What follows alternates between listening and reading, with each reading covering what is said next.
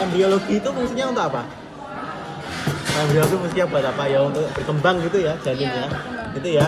Asalnya kan itu dari sperma dan juga ovum menjadi zigot. Setelah menjadi zigot menjadi apa ini? Morula, blastula, gitu kan? Gastrula, gitu ya. Setelah itu ternyata di fase gastrula dia itu akan membentuk berbagai macam layer. Ada 3 layer sebenarnya. Yang luar apa? Apa? Oh, dari dalam boleh. Paling dalam namanya apa? Endoderm, mesoderm, dan Exoderm. ectoderm. Betul ya? Kalau misalnya nih, ini organ terluas kita, kulit, itu dia dari apa? Dari ectoderm. Selain ectoderm membentuk kulit, ternyata dia juga membentuk saraf. Nah, ini ya, proses pembentukan saraf dari ectoderm itu dinamakan neurulasi. Ya, proses neurulasi. Teman-teman bayangin ketika ada bola seperti ini, nanti di sininya itu kan datar, ya. Ketika dia datar seperti ini, ada growth factor, ada faktor pertumbuhan yang dia itu kayak tumbuh terus gitu kan. Akhirnya dia itu tumbuh membentuk lipatan. Akhirnya membentuk tubulus neuralis. Ini ya. Ini dari yang awalnya seperti ini dinamakan neural plate.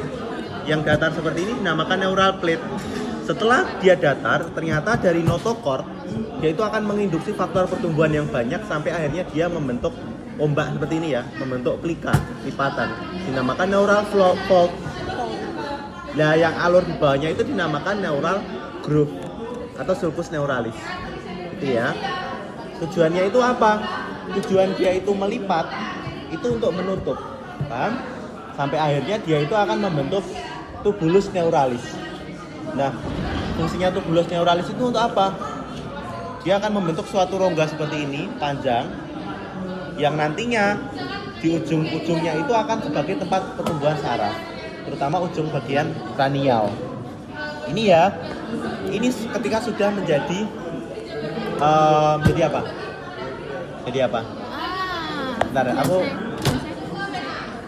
petik, bentar. Oke, jadi gini guys, ketika sudah menutup seperti ini, dia itu akan membulet-bulet, tahu kan? Tabung-tabungnya itu akan membulet, namanya vesikulasi. Nah, pada minggu ketiga hingga keempat, dia itu akan menjadi tiga buletan. Pada yang bagian paling ujung atas atau kranial, dia itu apa? Prosencephalon. Bawahnya? Dan paling bawah? Rhombencephalon. Oh, romben. Iya. Iya kan? Iya. Iya, rhombencephalon. Nah, di prosencephalon, mesencephalon dan rhombencephalon itu pada fase minggu kelima itu dia akan berkembang lagi nih, bercabang ya. Misalnya di prosencephalon dia itu akan bercabang menjadi 2. Ada apa sama apa? Itu dibaca bisa. Iya, telencephalon dan diencephalon. Mesencephalon dia akan bercabang jadi apa sama apa? Mesencephalon. Dan mesencephalon. Dan kalau misalnya di awal, bentar. Terakhir apa sih? Romben. Oh iya, di romben. Romben itu dia akan bercabang menjadi 2. Apa sama apa? Mielen sama kebalik, meten dulu sampai mielen. Meten itu dia akan jadi apa sama apa? Pons dan cerebellum. Kalau mielen? Medulla oblongata. Kalau mielen apa Aurel Alesia? Wah, betul. Sip.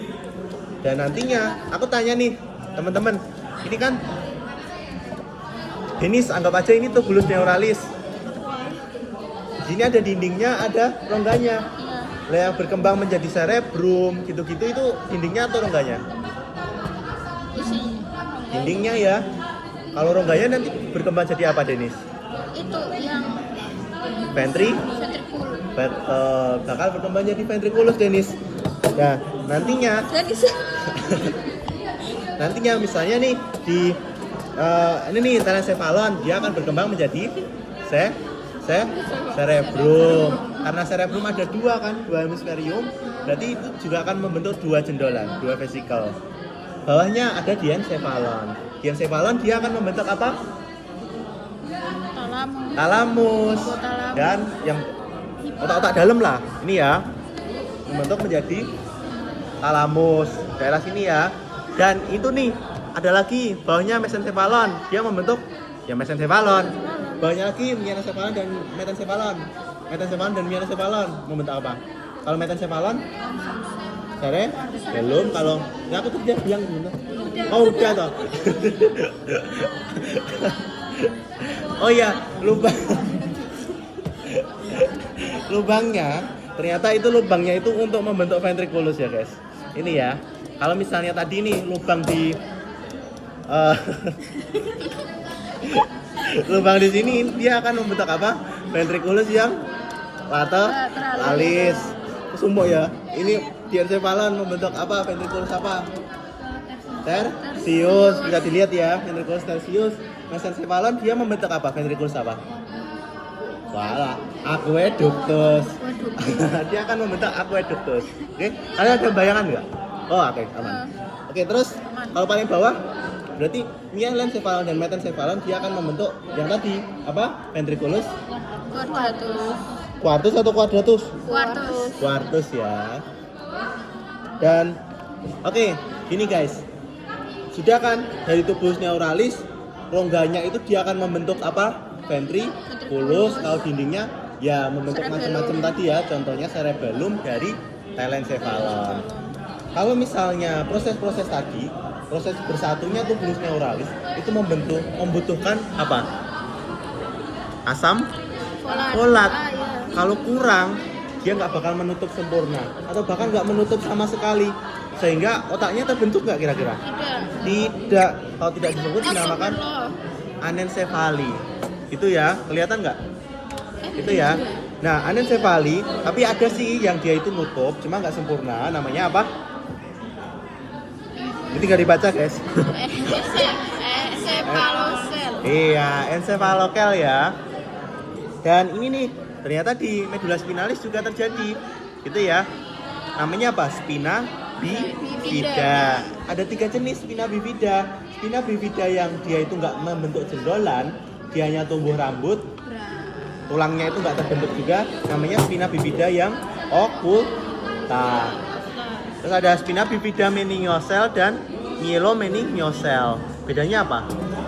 Kalau myelo ada betul gitu ya. Oke. Ini ya, cortex cerebri. Nah, ini yang seru. Tapi waktunya udah habis. Nah, cortex cerebri seru atau musing ini sebenarnya? Ntar. Intinya nanti ada gyrus dan juga sulcus. Tapi kalau dalam namanya visura. Nanti sulcus ada banyak ya teman-teman. Dan yang viral-viral aja nih, misalnya di yang memisahkan lobus frontal dengan lobus parietal. Ya, ini lobus frontal dan lobus parietal dinamakan sulcus centralis. Sulcus centralis ini di sini dekatnya ada gyrus apa? Presentralis dan postcentralis. Jangan kebalik ya. Yang lebih depan namanya pre atau post? Pre ya, habis itu post. Ya, kalau presentralis dia area apa? Motorik primer atau sekunder? Primer. Broadman-nya Broadman berapa? 4. Kalau sekunder Broadman berapa? 6. Itu ya. Lesinya beda nih. Kalau dia yang primer, lesinya adalah paresis. Kalau sekunder apraksia. Gini kalau kalian mau bayangin, aku mau ngambil ini. Kalau tanganku nggak gerak namanya paresis atau apraksia? Paresis karena primer. Cuma aku ngambil apa? Keseleo, apa angel gitu ya. Misalnya juga nggak bisa halus, apraksia. Gitu ya.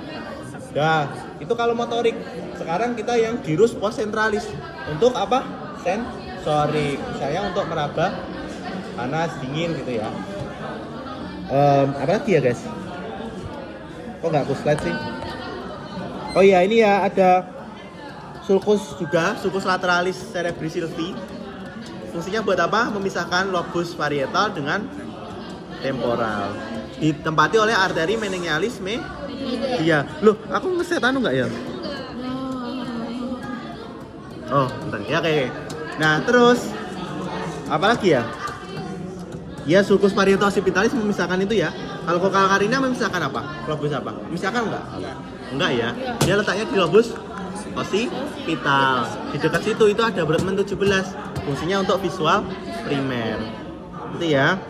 Oh ya, Brodmann. Intinya Brodmann ada 50. Kalian hafalin sendiri? Gampang toh? Harus dia apa di sini? Ya, enggak dong.